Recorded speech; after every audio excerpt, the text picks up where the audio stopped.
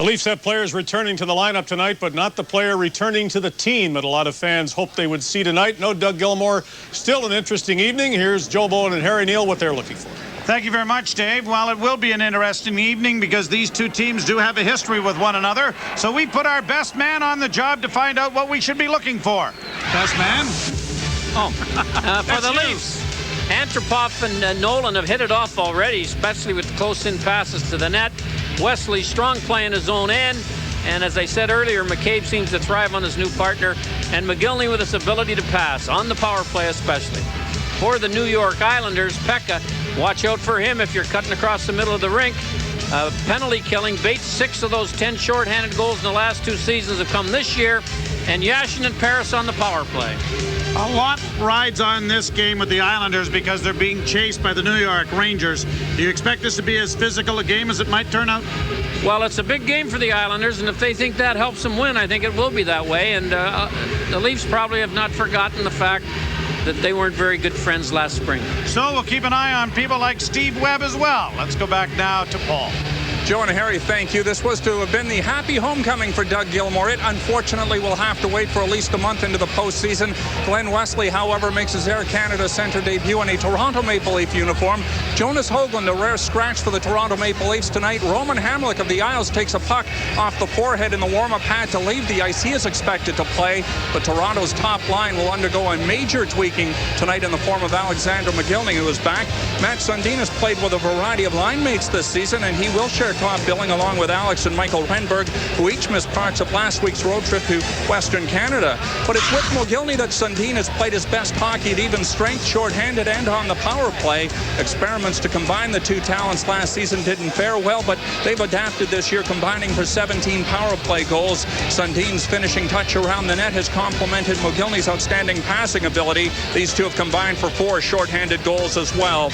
And Owen Nolan and Nick Antropov have proven to be kindred spirits on the second line. They too have been in an offensive zone, combining for 8 points since being paired up. Darcy Tucker will occupy the other wing tonight. And Tucker will return to active duty tonight alongside of Ed Belfour, vying for his 397th career victory, hoping to become just the 7th goaltender with his 400th career victory later on this season.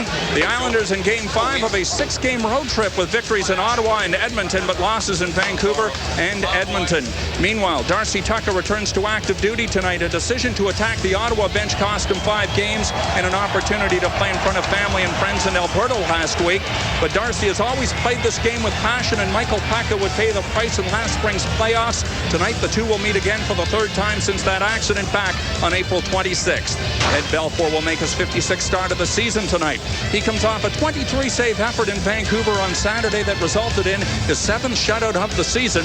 That's 65 for a career, making him the all-time leader amongst active goaltenders.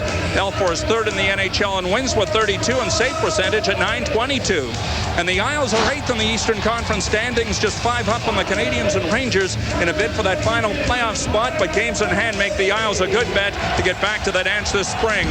The Islanders, like the defense, can boast a 4 front-line defensemen. Janne Niinima's arrival at the deadline see him joining the ranks of Aucoin, Hamrlik, and Janssen.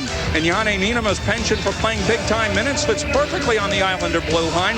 Aucoin and Hamrlik regularly see ice time in the high 20s, and so too does Niinima, who has seen nearly 27 minutes per game this season. The former Oiler has reached the 30-point plateau for the 6th time in his career, and he'll pair up with his former partner in Edmonton tonight in Roman Hamrlik. Rick DiPietro will get the start for New York tonight. He is the highest selected goaltender ever, going 1st overall in 2000.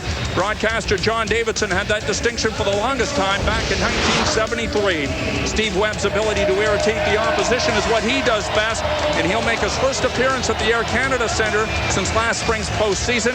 Webb was injured when the Islanders were here last month, but on December 6th, he made his presence felt, knocking Jonas Höglund out of the game. Webb's personality at home often differs from that on the road, and he'll be watched closely by the Maple Leafs tonight. This is the 3rd of 4 meetings between these two teams, and no shortage of emotion and hits in games 1 and 2. The opening faceoff on TSN is next.